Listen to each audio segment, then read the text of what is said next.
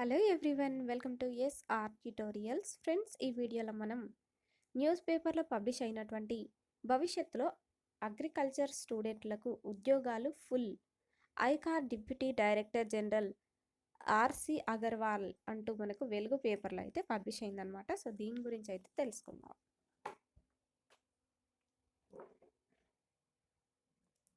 భవిష్యత్తులో అగ్రికల్చర్ స్టూడెంట్లకు ఉద్యోగాలు పుష్కలంగా ఉంటాయని Indian council for agriculture research ICAR deputy director general RC Agarwal వెల్లడించారు. హైదరాబాద్లోని కన్హా శాంతివనంలో 2 రోజుల పాటు నిర్వహించిన అగ్రికల్చర్ వర్సిటీల వైస్ ఛాన్సలర్ల జాతీయ సదస్సు ముగింపు సమావేశంలో ఆయన ముఖ్య అతిథిగా మాట్లాడారు. అగ్రికల్చర్ అనుబంధ సెక్టార్ స్టూడెంట్లకు ఉపాధి కల్పించడమే ధ్యేయంగా ఆరో డీన్ కమిటీ సిఫారసులు ఉన్నాయని తెలిపారు. నైపుణ్య శిక్షణ, స్టార్టప్ ఏర్పాటుకు అనుగుణంగా మార్పులు చేశామని, స్కిల్స్ పెంచుకోవడం ద్వారా మేలైన ఉపాధి అవకాశాలు ఉంటాయని చెప్పారు. అయితే ఈ సందర్భంగా ట్విన్ డిగ్రీలు, డ్యూయల్ డిగ్రీలు, జాయింట్ డిగ్రీలపై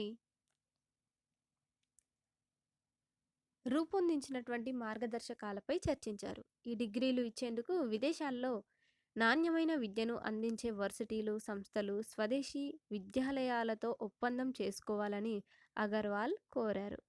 పబ్లిక్ ప్రైవేట్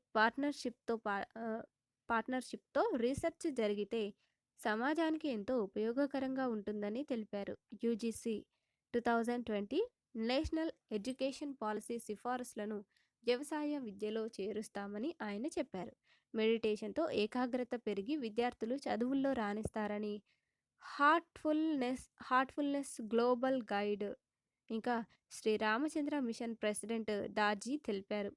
మెడిటేషన్పై విద్యార్థులకు సాధ్యమైనంత తరచుగా శిక్షణ ఇస్తున్నట్లు horticulture varsity VC Neeraja Prabhakar పేర్కొన్నారు. సదస్సులో అగ్రికల్చర్, హార్టికల్చర్, వెటర్నరీ వర్సిటీల వీసీలు, అధికారులు, ప్రొఫెసర్లు, ఐసీఏఆర్ నిపుణులు ఇంకా అసిస్టెంట్ డైరెక్టర్ జనరల్ పాల్గొన్నారు అంటే ఇచ్చారు.